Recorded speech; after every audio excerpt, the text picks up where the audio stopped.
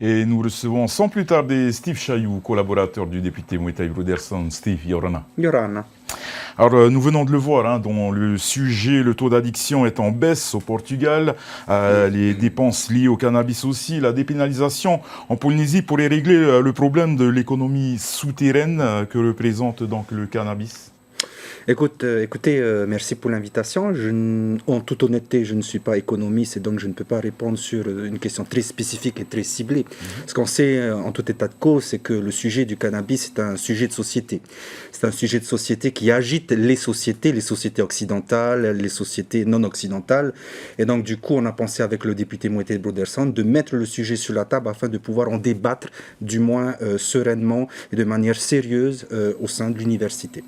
Un débat important, il y a une enquête d'opinion sur le Fénois. Que pensent donc profondément les Polynésiens de la dépénalisation du cannabis? Alors cette réponse-là, j'invite nos téléspectateurs à se joindre au colloque pour justement être au courant des résultats de cette enquête. Mais ce que je peux dire pour l'instant, en tout cas, c'est que ce que nous avons remarqué, c'est qu'il y a un décalage entre la manière dont notre population, c'est-à-dire les gens qui ont été enquêtés, il y a un décalage entre leur façon de concevoir et de penser le pakalolo, le cannabis et son usage, et à côté de ça, le décalage avec la loi actuelle qui est très prohibitive pour le coup. Cannabis industriel, thérapeutique ou récréatif, même le député Broderson l'a dit, cela représente des activités économiques qui n'existent pas aujourd'hui. Il y a par contre une économie parallèle qui s'est créée. Est-ce que la dépénalisation ne mettra pas en péril ces familles, car il faut l'avouer, qui vivent du cannabis? C'est pour ça, je pense qu'il est important d'en discuter justement. Dans le cours de ce colloque, on va essayer du moins de ne pas avoir de tabou. On a trois sous-thèmes bien précis. Le cannabis et la drogue, le cannabis et le droit, le cannabis et la santé, le cannabis et l'économie.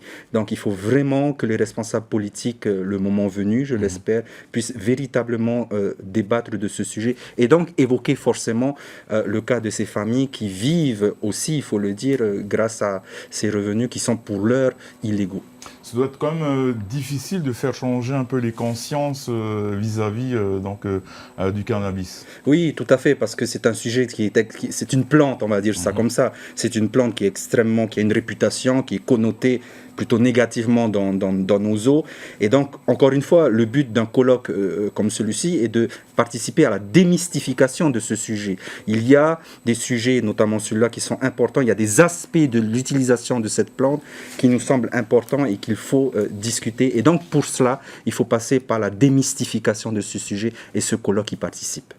Est-ce que vous pouvez nous rappeler la durée, quand est-ce que ce colloque débutera et sa durée? Alors, le colloque va durer sur 3 jours, donc à partir du mardi 16 novembre, cette semaine, et jusqu'au jeudi 18 novembre, à l'Université de la Polynésie française. Merci beaucoup, Steve Chayou, d'avoir répondu à notre invitation. Maruru. Et je vous souhaite un très très bon colloque.